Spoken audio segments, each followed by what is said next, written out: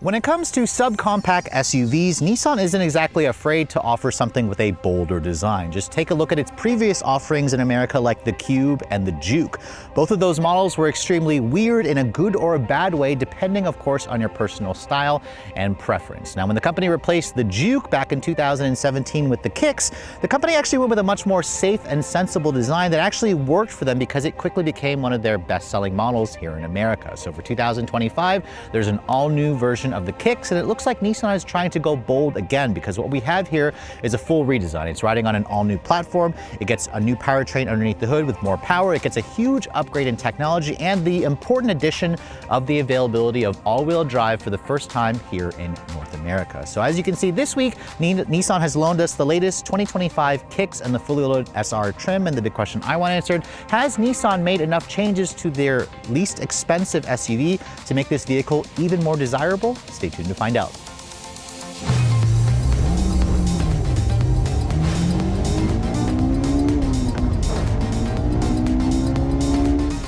Now before we start talking about the all-new styling for the second generation Kicks, I thought I'd pop the hood and remind you guys what's powering this thing. Now just like the previous generation, Nissan only offers the Kicks here in North America with one powertrain. However, they did enlarge the engine. It's now a 2-liter naturally aspirated 4-cylinder.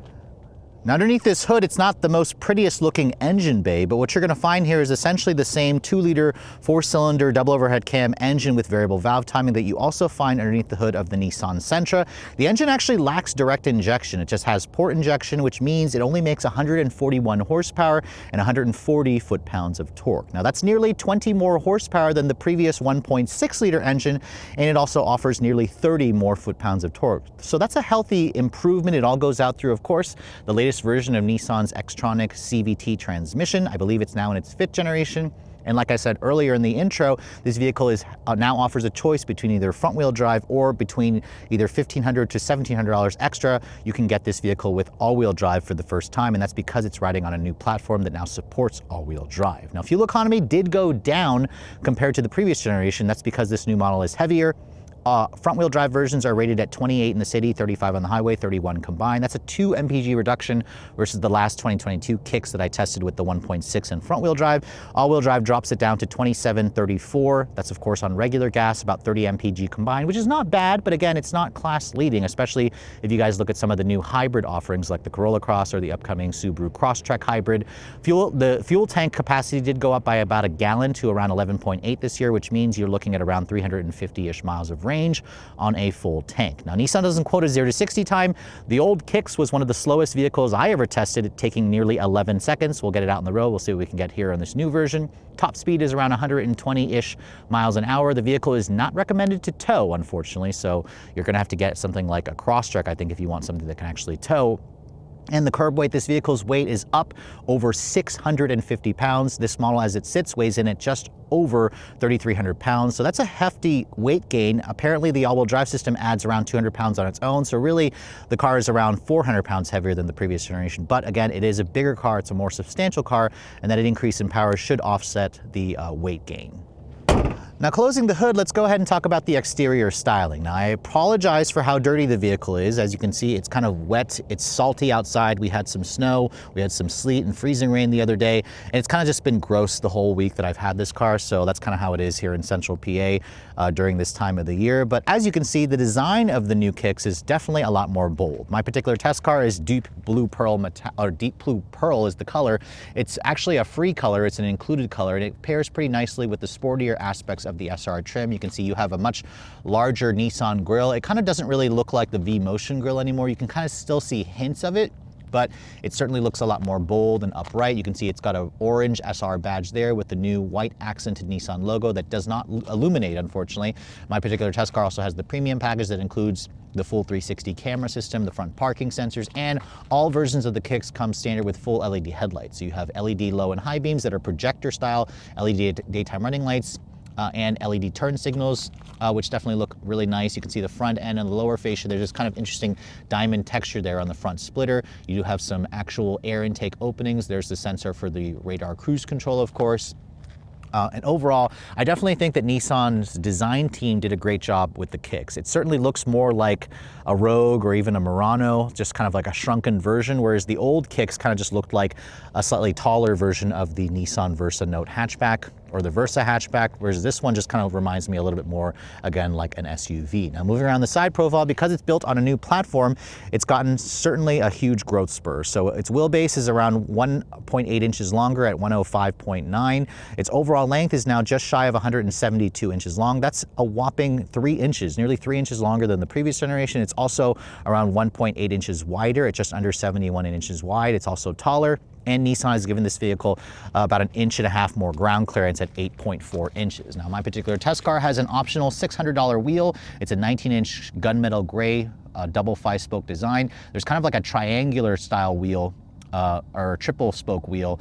If that's standard on the SR, you can see the tires, Bridgestone Alenza Sport, all seasons. They're a 225 by 45 R19. That's actually a 20 millimeter wider tire. You have an independent front suspension, and if you go for all-wheel drive, you'll finally get an independent rear suspension, a multi-link. If you go for a front drive model, it'll downgrade you to a semi-independent twist beam. You have a 12-inch rotor at the front and also an 11-inch rotor at the back. All disc brakes are now included. The previous generation, I believe, had drums on the base trim. You can see it's an SUV, so Nissan tries to add a little bit of cladding there along the wheel arch trim along the side of the vehicle. You can see the mirrors are not power folding, but they do include a nice LED turn signal, and you can see 360 camera included on this trim. There's even a subtle little Kicks badge there on the actual side mirror. You can see, being the SR, this has some chrome along the window trim. I like the chrome for the roof rails, of course, which are the aerodynamic style, and then you can see a panoramic sunroof. That's actually included when you go for this trim, which is surprising to see a pano roof. It's included if you guys go for that premium package that my test car has. It also opens up to vent air. It's kind of a rare feature to find in the subcompact SUV segment. Now, moving over to this angle here, you can really see the much more upright and boxy proportions of the kicks. I actually think this looks a lot better even than Nissan's new Murano. So I kind of wish that the Murano had more of this design. I think the kicks is definitely a looker in this segment, and it's kind of full of either bland offerings or more sleeker offerings like this new kicks. Now, looking at the rest of the rear design, you can see, I'm surprised to see that Nissan went with an all LED taillight design. That's a really unexpected premium touch. You can see the reverse lights are also LED, the brake lights and the turn signals are also LED, which is impressive. There's the Kicks badge there along with the SR all-wheel drive badge. That's how you know you have an all-wheel drive model. There'll be a badge on the back, and you can see rear wiper as you expect it to be. There's a subtle little spoiler. And then if you're looking for an exhaust tip, it's kind of tucked underneath the bumper there, although there is no chrome tip like on the last kicks that I tested, which was an SR with like a night package. Now, looking at the cargo area, unsurprisingly, there is no power liftgate available. Most of the vehicles in the segment don't offer it. I think only something like the Corolla Cross offers it as an option, but you can see here the cargo space figure kind of varies depending on whether you go for an all-wheel drive model or you go for a model with the panoramic roof. This model here with all-wheel drive and the pano roof offers just under 25 cubic feet of storage space, which is pretty competitive with the segment, and it's also the same as the last generation kicks. If you look underneath the floor here, you can see there is some underfloor storage, but there's no spare tire. There's just a fix-a-flat kit with a compressor. You can add the spare tire back for an extra $180 from the factory, actually, which is kind of a nice option to get. Keep in mind, if you guys go for a front-wheel drive model, the semi-independent suspension at the back gives you around 30 cubic feet of space, so that's definitely an improvement. If you fold down the second row seats, Nissan says you have a maximum of 50 cubic feet of space. It goes up to 60 cubic feet if you go for the front-wheel drive model. So that's actually near the top of the segment, and it's a huge upgrade versus like the 33 cubic feet that you had in the previous generation Kicks. So again, if you're looking for a subcompact SUV with more space, the Kicks definitely is going to fit that profile quite nicely. So on the outside, I think the Nissan design team did a fantastic job with the all-new styling for this new generation Kicks, but what about the interior? Let me first show you guys the key fob. You can see if you guys go for an SV trim and up, you'll actually get the company's intelligent access fob with push-button start, and you also get remote start if you guys go for the premium package. This is, again, Nissan's newer key fob. It's a really nice, I guess, redesign of the previous generation key. It's a good size. It has the new Nissan logo with this nice little accent, silver accent around it. It has your usual buttons here for lock, unlock. No power liftgate, obviously, but it has a panic function and it has a remote start function. I really like the way this fob looks, but just keep in mind the base S trim does not have their intelligent access key. Now, as I approach the door handle, you can see it's a traditional pull style. There's a button here on the outside. You touch that button, that will lock the door for you. It does the traditional Nissan beep. Touch the back of the door handle, that doesn't unlock the door. However, Nissans, you have to push the button again, and that's what unlocks the door for you. This vehicle does offer a walk-away lock and unlock feature, however, if you do have that program to turn on. As you can see, my particular test car has an interior that is exclusive to the SR trim. So this is a combination of a vinyl material, so it's a leatherette, with the cloth along with the orange contrast stitching and accents. So again, this is exclusive to the SR trim. It certainly pairs nicely with the deep blue pearl exterior color. You can see the door panel surprisingly has some nice materials. This is real stitching and the real leatherette material on the upper portion here, so this is nice and padded. It's also nice and padded here with this kind of interesting carbon fiber look texture for the actual vinyl trim. There's a dark aluminum look trim here for this plastic, along with the silver painted plastic door handle. The mirror controls and the window controls are the newer switchgear style, and Nissan also includes one touch up down for all four. So that's a huge upgrade versus the previous generation, which I believe only had one touch up and down for the front. This is an unexpected feature for this class. There's a nice little I guess storage pocket here, a grab handle, and then you also have hard touch plastic down here with additional storage. My test car also has the 10-speaker Bose sound system. You can see it also includes speakers in the headrest. That's included if you guys go for the premium package. This is the only trim to get the 10-speaker stereo.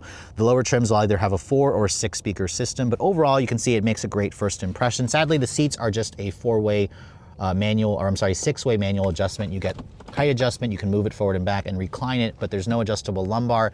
It's the same deal, of course, with the passenger side. Most vehicles in this segment don't offer a kind of power seat, but I think at this price point, a 6-way power driver seat would have at least been nice to have. Now, stepping inside, you definitely get the sense that you're stepping into an SUV now with around 8.4 inches of ground clearance. It's around 1.5 inches higher than the previous generation. As I shut the door doesn't have the most solid sounding thunk. It sounds a little tinny and rattly, but again, this is an affordable car, so I have to kind of manage my expectations. Now, starting the vehicle up, you can see start-stop button is located down here in front of the shifter.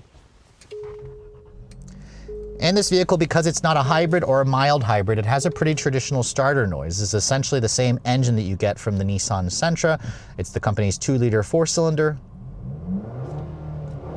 It's got plenty of rev hang and it doesn't sound all that great, but it is surprisingly smooth. There's not much in terms of vibration coming through the pedals and the steering wheel. It's just a rather unrefined sounding engine. Now, looking at the rest of this interior, you can see this is the SR trim, so it's of course going to include all the latest gizmos and gadgets. So you can see this is the only trim to give you the fully digital 12.3-inch cluster, where you can even customize the way this display looks by changing the meter view if you want to go to a more, I guess, futuristic design, a more minimalistic design. I prefer the traditional 2-dial setup, of course. And then, of course, if you guys go for the SV trims and up, you'll get a 12.3-inch Nissan Connect head unit. So if you guys go for the S trim, you'll have a 7-inch display here and a 7-inch display here. The SV trim will have a 7-inch display here and a 12.3-inch display here. So this is the only trim that comes standard with the dual 12.3-inch displays. You can see it's pretty quick and snappy and responsive. It has wireless Apple CarPlay and Android Auto.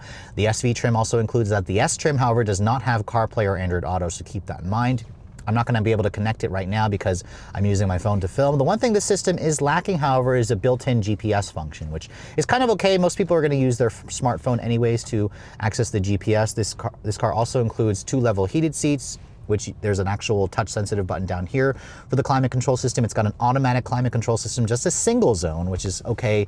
Most vehicles in the segment don't even offer a dual zone climate system, so that's something that I didn't expect Nissan to offer. If I put the vehicle into reverse, you can see there's your full 360 camera with trajectory. It also offers moving object detection, which is their form of cross-traffic braking, of course. This is included with the premium package. The quality and resolution is certainly better than the last kicks that I was testing 3 years ago with the much larger screen. It's still not great, but at least includes trajectory and front and rear parking sensors. So that's, again, an unexpected feature to find in the subcompact SUV space. You can see the rest of the materials on the upper portion of the dash has some faux stitching with a soft touch injection molded plastic. This is real, the same kind of leather from here over here on the dash, which is nice and padded. It's even nice and padded over here, which is great. I love the way this interior looks, especially with the kind of piano black plastic with the contrast stitch, this kind of textured material here. Your volume controls over here. If I push that, it'll bring up the camera system, of course. which is nice how they give you also a curb view there, where you can also go to just the backup camera as well. So again, unexpected tech. I also like this touch sensitive panel here for the automatic climate control system. It does show fingerprints and smudges pretty easily, but if you can get past that, it certainly looks really nice. You have a wireless phone charging pad here, along with 2 USB-C charging ports, electronic parking brake here. I like the aluminum look trim here, where it's kind of got that matte finish, so it doesn't show smudges or fingerprints, which is great. You can see this has a traditional shifter for the CVT. There's a B mode here, no manual mode, however, and there's no paddle shifters to control the transmission. This is controlling your Nissan ProPilot Assist, which is their form of like their driver assistance with low speed follow. It doesn't have full hands-free capability, but it certainly is a great feature, and it's standard equipment on all versions of the Kicks. You can see your drive mode selector is here. There's 4 different modes from Eco, Snow, Standard, and Sport. We'll try out the different modes later on during the driving scene, of course. And then you can see nice big cup holder area here, where this console feels a little bit flimsy, but my test car is a pre-production car. There's a nice padded center console here. Not the biggest storage area, however. There's just a 12-volt power outlet. And then, of course, like I mentioned earlier, these are the unique seats to the SR. They are trimmed, of course, in their zero-gravity, NASA-inspired memory foam seats, which I actually find the seats support to be a little bit lacking. I thought the support for the side bolstering is lacking. I thought the cushioning could come out a little bit more. There's no adjustable lumbar, so try the seats out for yourselves. See if you like them. I personally did not like these seats. I found more comfortable seats from like the Subaru Crosstrek, the HR-V, or the Corolla Cross. If I open up the glove box, you can see it's actually a big glove box. It goes into the dash. It's damped but not lined with felt. It offers a pretty good amount of additional storage, which is nice. The mirror, as you can see, is just a traditional day and night manual, no auto dimming. You do have, of course, LED lighting here in the map lights. There's a cheap cardboard material here for the headliner, but it is nice because Nissan does give you, again, a big panoramic sunroof with that premium package that actually opens up to vent air, has a built-in wind deflector. This is a feature you don't typically find in the segment, and it also includes a power retractable shade. So again, that's a really nice touch that most people, you really have to pay extra for to go up a segment to find that. But overall, you can see the interior definitely reminds you a lot of the bigger, more expensive Nissans, especially if you guys go for the SR trim. It really doesn't have any features that I wasn't expecting it to have, other than perhaps maybe a power driver's seat would have been nice with adjustable lumbar. But overall, again, if you're shopping in this segment, this is an interior that makes you feel like you spent more money than you actually did. But let's go ahead and hop into the backseat area, and I can show you guys what that space is like. Now, of course, because of the increase in size, Nissan was able to increase the rear seat legroom. In fact, Nissan says you have around 34.5 inches of legroom. That's an inch and a half more, I believe, than the previous generation. This backseat area also has the same kind of dual tone look with the leatherette and the cloth, with the contrast stitching and piping. You can see the door panel materials are downgraded back here. It's all hard touch plastic. With this really ugly looking flash molding there, but that's, again, a small minor thing. There's a nice padded area here where you'd rest your elbow, more of that aluminum trim, and again, one touch for the rear as well, along with those tinted rear windows.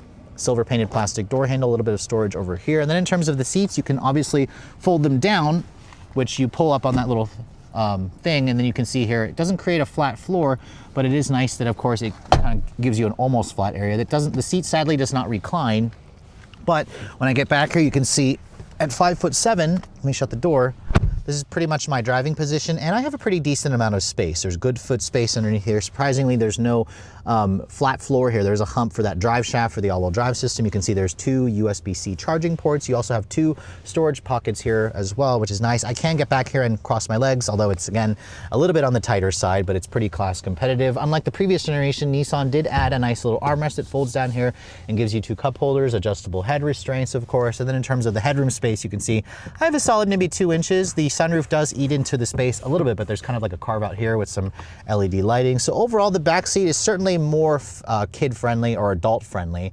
Just keep in mind, if you need more backseat space, Nissan will happily sell you a Rogue, but I believe some competitors like the HR-V and Crosstrek offer a little bit more space versus the latest version of the Kicks.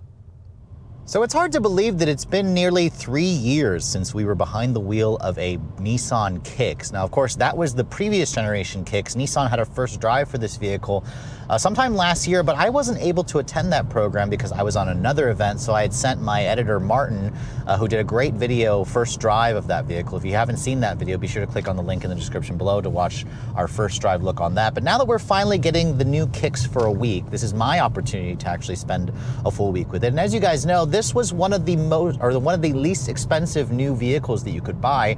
However, Nissan has seriously given this SUV a glow up. It now is available with all-wheel drive, it's bigger, it's heavier, and it also has more power under the hood. There's no hybrid powertrain available, but we do have essentially the same 2-liter 4-cylinder engine from the Sentra, making around 141 horsepower, 140 foot-pounds of torque. That's nearly 20 more horsepower and nearly 40 more foot-pounds of torque versus the previous generation. Now, of course, it's offset by an additional 650 plus pounds of additional weight. So that's a pretty significant upgrade, or I guess, I don't even know the word right now. It's just, it gained a lot of weight. But let's go ahead and see what we can get a 0 to 60 wise on our usual stretch of road. The last kicks that I tested took nearly 11 seconds. We have it in sport mode here. We're just gonna floor it.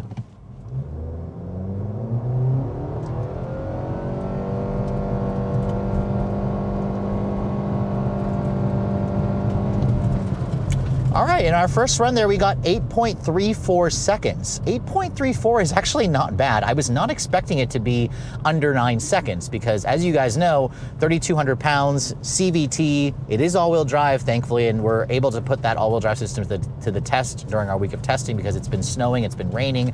It's been the typical nasty Pennsylvania weather here in early February during this time of year, but overall, 8.3 seconds is pretty competitive. I mean, this class of vehicle is not known for offering quickness, but I like the fact that Nissan decided to, go with a bigger engine.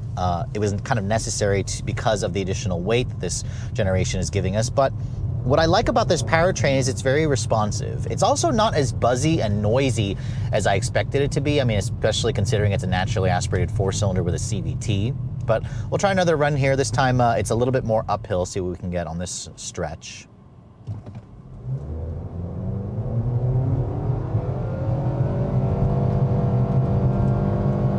Now when you have it floored, basically, it will hold the revs so you don't actually feel any of the fake shifting. This transmission will do fake shifting when you're driving it normally, but we got 9.12 seconds there. Now that's with it more going slightly uphill.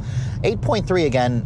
In real life situations, you're probably gonna get in the mid 8-second range whenever you put your foot down. I've had it in sport mode this whole time, so it's kind of trying to adjust the ratios, give us more of the power. It literally holds the revs at 6,000 RPM to get you the quickest acceleration, which is kind of what you need to do when you're driving around in a naturally aspirated 4-cylinder. So power is pretty much on par with a lot of the competitive set. A Crosstrek is going to be slightly quicker if you guys go for the 2.5. The Corolla Cross will be pretty similar. The HR-V will be slower, actually, so that's kind of satisfying how it'll be slower. This is pretty similar to the last, I believe, Buick Envista that I tested, which had a 1.2-liter 3-cylinder turbo with a 6-speed auto. So acceleration, I'd say, is pretty normal, and the entire demeanor of this vehicle, because remember, we're driving the all-wheel drive model, it's riding on an all-new platform, it just feels a lot more substantial. It feels more grown up. We have 8.4 inches of ground clearance now, so the old kicks basically felt like I was driving like a slightly taller Nissan Versa Note hatchback. This car feels more like I'm driving something like a Nissan Rogue Lite or a Nissan Rogue Sport, which Nissan used to offer a Rogue Sport, but they discontinued that when this generation kicks came out, basically because it essentially takes the place of the Rogue Sport. Now, with the all-wheel drive version that we're driving, you also get a fully independent suspension. I haven't had a chance to drive a front-wheel drive model with a semi-independent twist beam, but the ride quality of this model with the 19-inch wheels is on the firmer side. Now, obviously, if you guys are looking for a softer ride setup, you're going to be looking at either the base S or the SV, which has a 16 or a 17-inch wheel. This is the model that looks a lot better, but it also is going to give you a little bit of a harsher ride because of its thinner sidewall protection for the tires. Now, the one thing I like about the programming for this transmission is when you first step on the throttle, this thing actually launches with authority. It feels peppy, but then of course, typical naturally aspirated 4-cylinder CVT, as soon as the revs go up, it definitely feels pretty sluggish because there isn't much horsepower to play with. I mean, yes, you got a nice power jump this year. However, this still has less power versus the 2-liter in the Subaru Crosstrek, the 2-liter in the Toyota Corolla Cross, the 2-liter in the HR-V offers more power, and those vehicles weigh roughly the same. So I do wish that Nissan would have given this engine direct injection, something to push it to around 160 horsepower would have been nice. I think that's kind of the norm for today's modern 2-liter naturally aspirated 4-cylinders, but what kind of drives me nuts about this car is the noise as well. So you do hear, of course, the engine kind of droning away, although it's not quite as unrefined as I expected it to be, but you also hear a lot of road noise. I'm riding on these 225 with Bridgestone all-season tires, and I guess there's just not much sound deadening into this car because you hear a ton of road noise. Now, granted, there is salt on the road quality isn't the best right now because of all the additional salt and the, I guess, the rain and the snow that's been kind of happening in this area for the past like week or so. So I did notice that it seems noisier than usual. However, there's also some wind noise that creeps in. The seats also, these are the zero gravity inspired NASA memory foam seats, but I also found the seats to be uncomfortable for me. They didn't offer as much support as I'd like. I feel like I'm sitting on the seat rather than in the seat, so I'm kind of squirming around trying to find a comfortable driving position. This is where something like the Crosstrek, the Corolla Cross, the HR-V, I think just offers more comfortable seats. Put my foot down here, you can see the all-wheel drive system does a good job of just sending the power where you need to go it. You can see in this mode, it's mimicking gears because I didn't floor the accelerator. So when it's mimicking gears, it tries to give you more of a traditional driving feel, which I appreciate, but it does slow the 0 to 60 time down, or it slows acceleration down when you have it faking the shifts. Now, in terms of handling dynamics, we gained 600 pounds. The steering in this car doesn't offer much in terms of feedback. Is actually pretty dead when I'm turning the wheel here, but at least it's relatively quick and precise. The suspension is very soft. It doesn't really, give you much in terms of like agility, that feeling of wanting to attack better, like more back roads at a quicker speed. It just feels competent, which is fine. The seats also don't really hold you in place very well. It's still very tossable like other vehicles in this segment are, but I'd say that there are definitely sportier entries like the Mazda CX-30. So if you're looking for the sportiest drive, the Kicks is kind of right in the middle, which is kind of where most buyers, I think, in this segment are going to be looking for. In terms of visibility, I can see out of the front, the side, the rear quite nicely.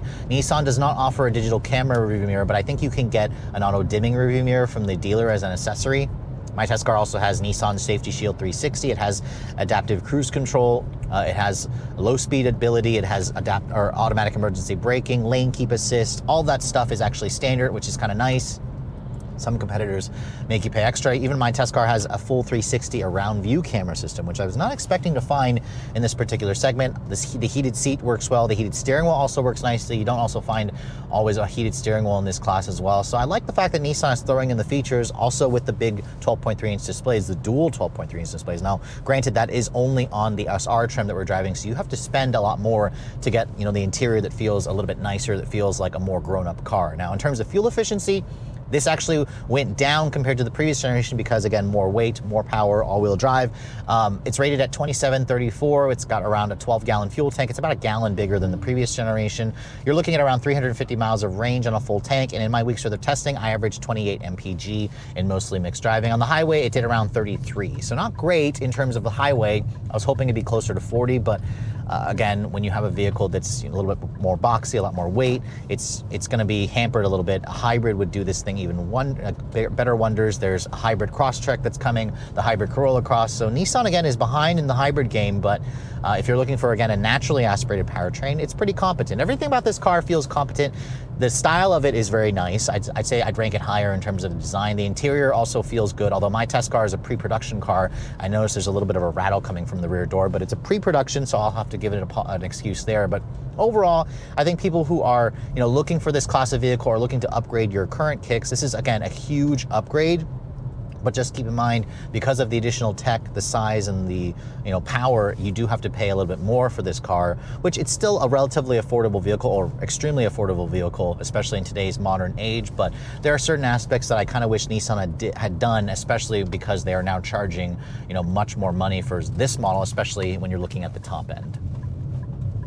Now, with just over 77,000 units sold in America in 2024, the Kicks almost had its best sales year ever. I think their best sales year was around 82,000, so it's kind of creeping up there. And after spending a full week with the redesigned second generation Kicks, I wouldn't be surprised to see Nissan do even better, because this model here, especially if you're looking for an affordable subcompact SUV that doesn't feel cheap, this vehicle certainly fits the bill quite nicely. As you guys saw, the powertrain upgrades that Nissan has made has resulted in a quicker vehicle. 0 to 60 happens in the mid 8-second range, which I think is pretty acceptable for most people in this class. The new chassis also delivers a driving feel that feels a lot more substantial. I mean, yes, it doesn't feel quite as sporty and scrappy as the previous generation, but I think this is what most buyers are going to be looking for. It's got a better ride quality, although the SR is a little bit firmer because of the bigger wheels and tires, so I'll need to drive an SV trim with its smaller 17-inch wheels to kind of compare. The seats for me aren't particularly comfortable, but again, try the seats out for yourself and see if they work for you. The back seat offers a decent amount of space. The tech in the SR trim is also very impressive. The dual 12.3-inch displays is something you typically don't find in this segment. I think it technically has the largest displays in the segment. I'll have to double check that, but it is, again, an impressive feature that Nissan is offering at a pretty attainable price tag. The panoramic sunroof is also a nice touch, along with the heated seats and heated steering wheel. Again, it makes you feel like you're driving a much more premium vehicle, but you have to go for this higher trim model to get it. The availability of all-wheel drive also makes this vehicle a lot more appealing, especially for those of us who live in a snowbelt state like myself here in South Central Pennsylvania. But overall, the new Kicks is definitely a big upgrade, so it's really great to see Nissan taking a lot more risk and making this thing a lot more bold compared to the kind of boring design of the previous generation. Now, if you guys are looking to get your hands on the new Kicks, it is going to cost you more money because, again, of all the additional features, technology, and the increase in size and prestige. Base pricing for the S trim with front-wheel drive is just under $22,000, which is still pretty darn affordable. It actually undercuts most of its rivals in the segment by around $2,000 to $4,000, which is pretty substantial. If you guys want all-wheel drive, you can get it on each of the trims, so either on the S, the SV, or the SR, depending on the trim. It's going to either be around $1,500 to $1,700 extra, which seems pretty worthy of an upcharge if you guys want all-wheel drive. Most of you, I assume, are going to go for the SV trim. That's around $2,000 more. It'll include features like the bigger 12.3-inch display with the CarPlay integration that's wireless, so I highly recommend at least going for the SV trim. Going with the SR will cost you at least $26,000. Of course, that's before the $1,400 destination charge. My particular test car with the all-wheel drive option, of course, with the premium package for an extra $2,000 and destination, checks in at around 32 grand with, again, those optional 19-inch wheels. So again, 32 grand makes this car a lot more expensive than the previous generation Kicks. I mean, Nissan only increased the price by about $500 at the base end, but on the top end, they've increased the price by nearly $3,000. So again, I think it's kind of worthy of an upcharge considering all the additional features and power and refinement that you get, but it is pushing the Kicks closer, of course, to the price tag of a lot of its rivals, because you can get to like something like a Corolla Cross or a Honda HR-V at the top end for about $32,000 easily.